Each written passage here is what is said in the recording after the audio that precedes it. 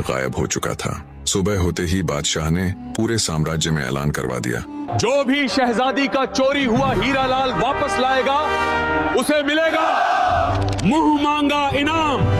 उस नवयुवक ने जब ये ऐलान सुना, उसकी आंखों में एक धीमी मुस्कान उभरी। अब वह सिर्फ चोर नहीं था, वह खेल का खिलाड़ी बन चुका था। शहजादी के अभिमान को तोड़ने की उस नवयुवक की योजना अब बिल्कुल वैसी ही चल रही थी जैसी वह चाहता था। योजना के अगले कदम के अनुसार वह बादशाह के दरबार में पेश हुआ। बादशाह के सामने झुककर उसने बेहद अदब से सलाम किया। बादशाह ने गहरी आवाज में पूछा, कौन हो तुम?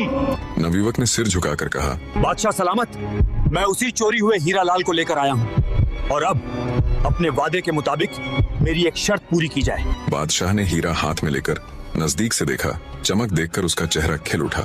उसने पूछा, कहो क्या चाहते हो?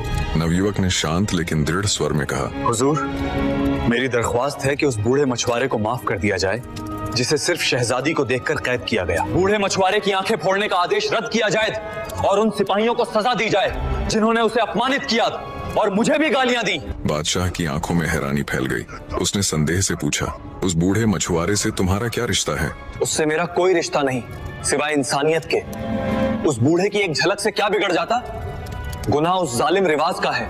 नवयुवक की यह बात सुनकर बादशाह की आंखों में गुस्से की आग भड़क उठी। पूरा दरबार सन्न रह गया, क्योंकि किसी ने आज तक शहजादी और राजकुमारों के जुल्म पर सवाल उठाने की जुर्रत ही नहीं की थी।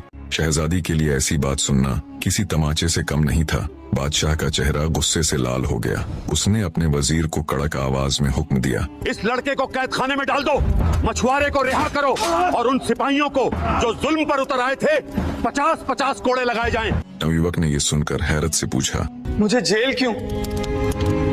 मैंने तो सिर्फ एक मासूम की मदद की। बादशाह तमतमाता हुआ बोला, तुमने शहजादी का हीरा चुराया, शाही फरमान पर सवाल उठाए, ये गुनाह माफ नहीं होते।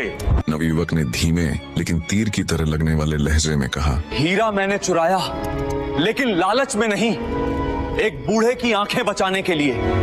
अगर मुझे जेल में फेंका तो मैं भाग जाऊंगा और एक दिन आपका ताज भी ले जाऊंगा। बादशाह के चेहरे पर हंसी और गुस्से का अजीब मिश्रण उभरा। वो बोला, मेरे ताज के पास तो क्या, महल की दीवारों के करीब भी नहीं आ पाओगे।